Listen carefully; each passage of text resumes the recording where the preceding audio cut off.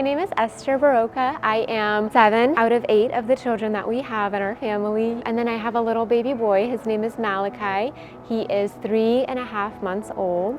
And so, yeah, I love being in a big family, and I think it's an absolute joy to have so many siblings running around and have so many people to connect to and talk to. And I have the best support, and I am one of the last sisters in our family to have a baby, so I have all of these experienced moms to look to, and they, give me all the advice and all the tips and tricks, and it's been wonderful to come to them for questions, and especially with, having such a little newborn, and I'm still really new at all of this, but it's been wonderful. And we have this big group chat that we do with our family on Viber, and everyone really stays connected on there, and we're always posting advice and tips and tricks and, deals that we find, and we really like to stay connected, and so we'll do our accomplishments on there, and someone gets a job or a promotion, because I do have a few sisters in Oregon as well, so it's nice to be able to have that communication with them and to keep it open. And we'll do pictures of first giggle, first spit up.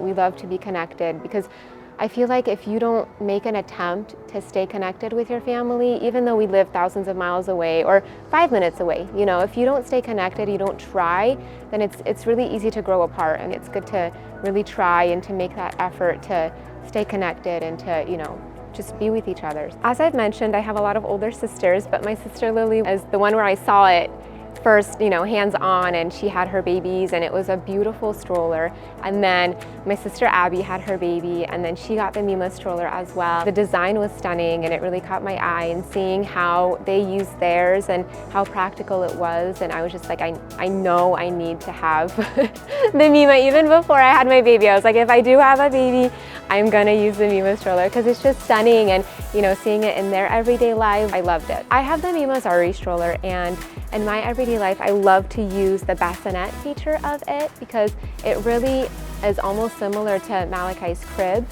because it's flat, and he loves to sleep on a flat, solid surface. And so when I'm downstairs in my house, and I like to put him in it if I'm, doing something, and he'll oftentimes take a nap in there, and he really likes it. And then if we go out and about, it's really easy because he really likes to nap in there. I love the little OV suitcase. It's wonderful because oftentimes I need to separate Malakhi's clothes and my own clothes, and so they have that compartment inside, and I love that I can put it in, and it's a hard shell, so I'm not worried about getting damaged, but it's also the perfect size to fit into our car. It's not really huge, and it's not super small, so it's just wonderful to fit. And I love that it matches my stroller, and that's the cutest feature ever. And it's a unique, shape, and so when I'm walking out with it, people are like, oh, I love it, where did you get it? And it matches, and it's wonderful. I really do love traveling with it. But Christmas is really special in our family for a number of reasons. The biggest one for me is we have this Ukrainian dish that we make every single Christmas without fail, no matter where we are, and it's called Kutia. And so what it is it's essentially a grain that is kind of milled down almost, and then my mom cooks it over the stovetop for a few hours, and it becomes pretty soft, and then my dad finishes it off with a mixture of honey and water, and you can add other toppings. But what's really special about it is to get it kind of milled down to a softer grain. It has to be shelled almost.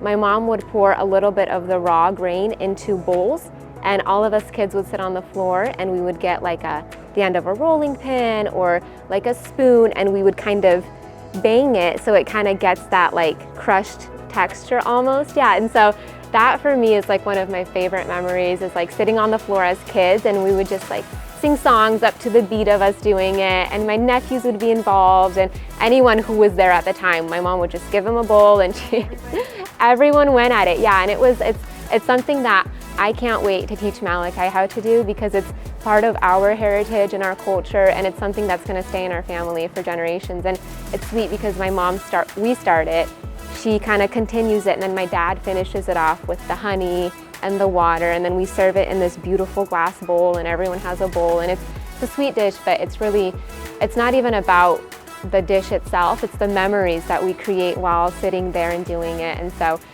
Yeah, I can't wait to do that with my own baby one day and, you know, teach him that. Really just being around the family, and I know that they're always going to be there for me and that we're always going to have that family dinner at the table with the holidays, and my dad has always something fun to say, and, you know, just the laughter, the kids running around. I love that. That's not something that you can recreate. It has to happen in the moment, and that's what makes it so special, and each memory is just wonderful from that.